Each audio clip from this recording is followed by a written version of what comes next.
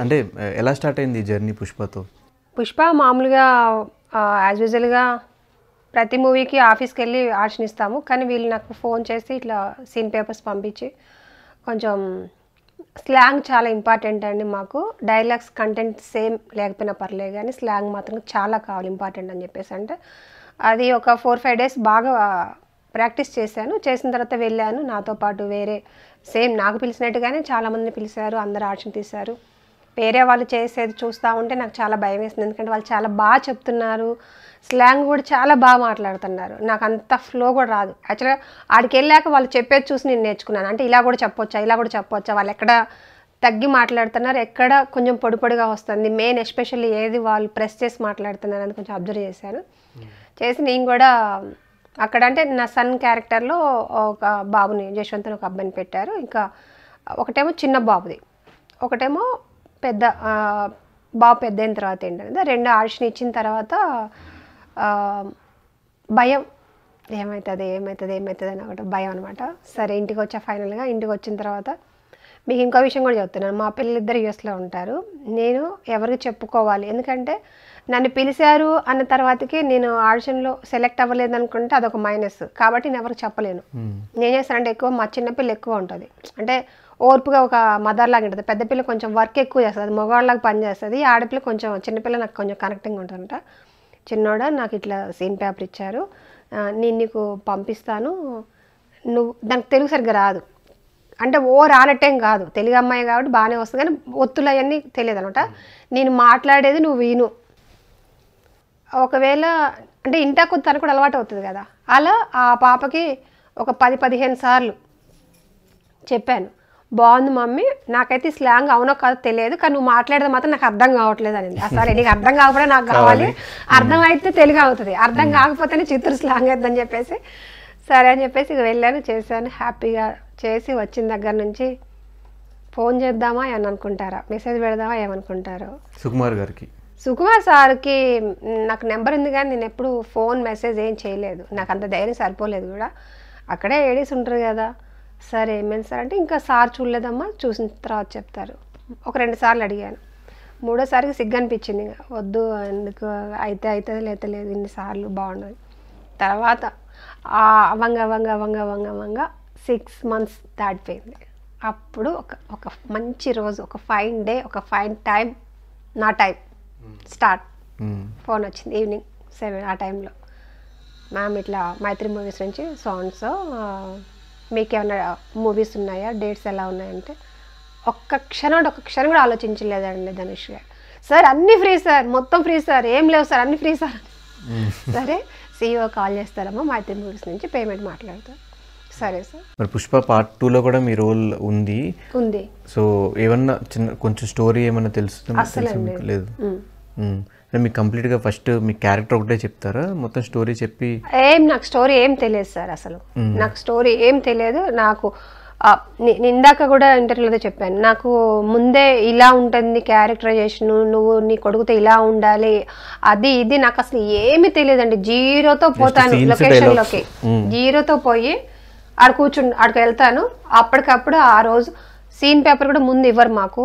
అక్కడ ఎంత scene paper ఉన్నా మళ్ళీ ఫైనల్గా సార్ వచ్చిన తర్వాత చెప్తేనే మాకు సీను అక్కడ మారిపోతుంది. కాబట్టి మాకు అసలు ఏం తెలియదు. ఆ రోజు ఎలా ఉండాలన్నది మాత్రమే 3 చెప్తారు మాకు, అంతే. నేను అసలు షాక్ అయిన విషయం ఏంటంటే, అసలు ఇది సుకుమార్ సార్ కూడా తెలుసో తెలియదో నాకు తెలియదు, కానీ మేమందరం ఫస్ట్ డే ఫస్ట్ షాట్ మేము కాలు కడుక్కొని లోపలికి వెళ్తాం చూసావా, అసలు అప్పుడు నాకు ఏమీ తెలియదు, జీరో నాలెడ్జ్. అప్పుడు నాకు అసలు ఎలా జరుగుతుందో కూడా నాకు తెలియదు. పెళ్లి చూపులకు వెళ్తున్నా అంటే అంతవరకు నాకు ఏం తెలియదు. కానీ నా అదృష్టం ఏంటంటే మొల్లేటి వాళ్ళ అని చెప్పేసి ఒక పెళ్లి కూతురు వాళ్ళ నాన్నగారు చెప్తారు సావా, అప్పుడు నా కొడుకుని చూస్తుంది సార్. నేను అనుకోకుండా చూసాను నా కొడుకుని, కానీ నా క్యారెక్టరైజేషన్ గురించి అప్పుడు తెలియదు తెలుసా అండి. నేను షాక్ అయ్యే సినిమాస్తున్నాడు, అమ్మా ఒకవేళ నేను కూడా నవ్వుతూ లోపలికి వెళ్ళినట్టయితే ఏమయ్యేదా అనుకున్నాను. కానీ అది అక్కడ నాకు హెల్ప్ అయింది. ఆ సీన్ ఒకటి. తర్వాత మీరు మీ హస్బెండ్ చనిపోయిన తర్వాత మీరు చూడటానికి ప్రయత్నిస్తుంటారు కదా, అసలు ఆ సీన్ ఒకటి న్యాచురల్ గా అనిపించింది. చాలా దెబ్బలు, న్యాచురల్ కాదు, న్యాచురల్ గానే దెబ్బలు కూడా తగిలినాయి గట్టిగా, లోపల కనపడని దెబ్బలు.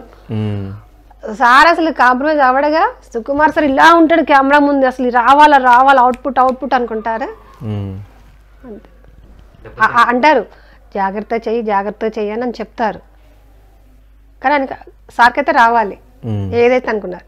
మాకు వచ్చింది చిన్న అవకాశం సార్, ఎక్కడో దెబ్బలు తగులుతాయి, కాలు ఇరిగి చేతులు ఇరిగినా సరే ఇండస్ట్రీకి వచ్చాం కదండి, అన్నం పెడుతుంది కదా, కాబట్టి అస్సలు వెనకడిగేయను సరే. ఏ లైఫ్లో ఏ క్యారెక్టర్, ఒక పిచ్చిదాని క్యారెక్టర్ వచ్చినా సరే నాకు చేతనైనంత వరకు నేను పర్ఫెక్ట్ చేస్తాను సార్.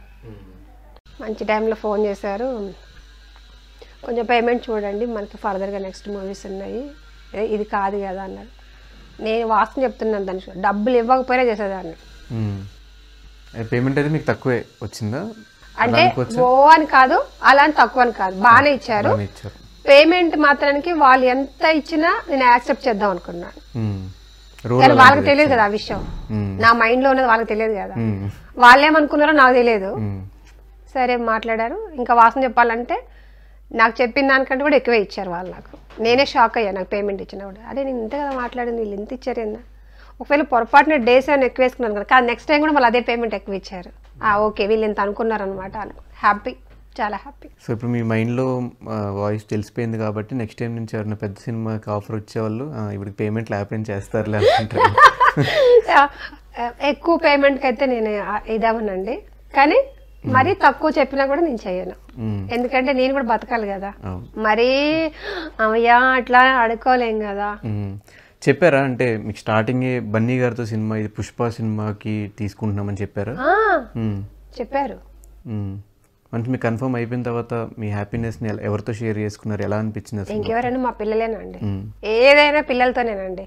మళ్ళీ మా పెద్దక్కతో మాట్లాడాను, మా రెండో అక్కతో మాట్లాడాను, ఇట్లా అని చెప్పి.